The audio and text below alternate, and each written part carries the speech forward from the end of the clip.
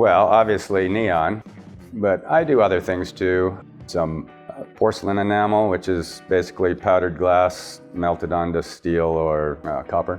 Well, I'd always loved working with glass. They had a nice program at College of Idaho where I attended. But many years later, I saw an ad in the Idaho Statesman for an apprentice, and I was sick and tired of what I was doing, so I answered the ad and I fibbed a little bit, said, oh, I know all about neon. They hired me. It's simpler than one would think. You start with a glass tube that either has phosphor coating on it to give it color, or it's just clear glass.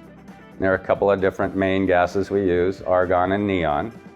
Neon being the sort of orange color that you see behind me, and argon is a blue gas.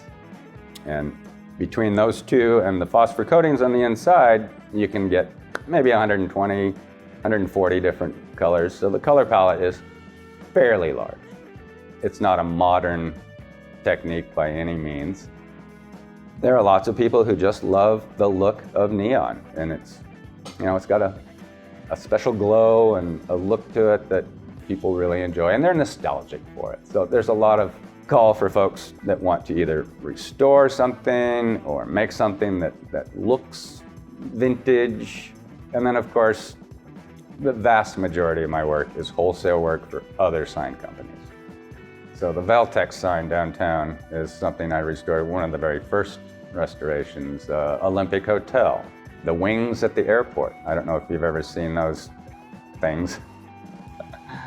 There's a few downtown art pieces. One, Amy Westover did one, the canal, sort of these curvy aluminum things that has neon inside to illuminate. That's another thing about neon is people don't realize, while it's a light bulb, it's very long-lived.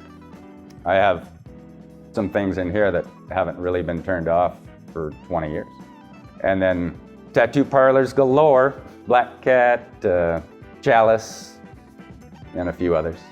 There are people that do this in a garage or a shed out back. For me, I just need more space because I do a lot of work for other companies, and so often there are racks of glass laying around all through the studio.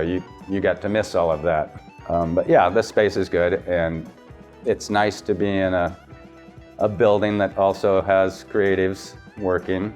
Often I find that that's stimulating for the creative process. I try to make something once a month, whether anyone wants it or not.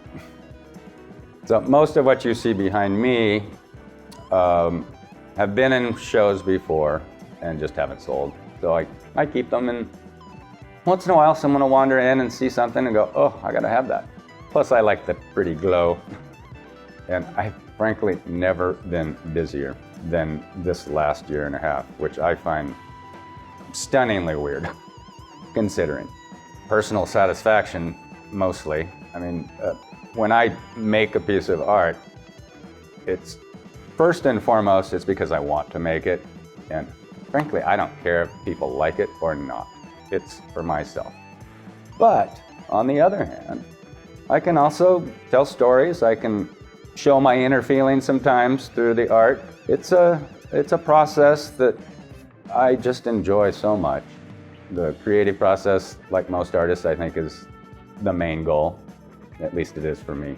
I carry a little notebook with me everywhere I go, and if I have an idea, I write it down, and if it's still valid in a day or two and makes sense, then I'll proceed. I'm working on a series of skateboard neon art, but right now that's been my main focus.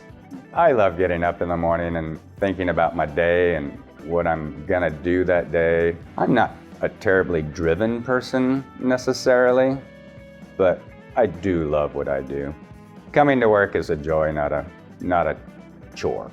Probably being a bigger fish in a smaller pond has been helpful for me over the years. I know places like Portland or Seattle or LA are still pretty big neon hotspots, and there are a lot of neon artists that work out of those cities, at least on the West Coast, that I know of, and frankly, they're fantastic. Everything is done by hand. There's no jigs, no troughs, no help. I just follow a pattern, kind of like a paint by numbers almost. Never. Never. I will die with an idea in my head, I'm sure. Wishing I could make it happen.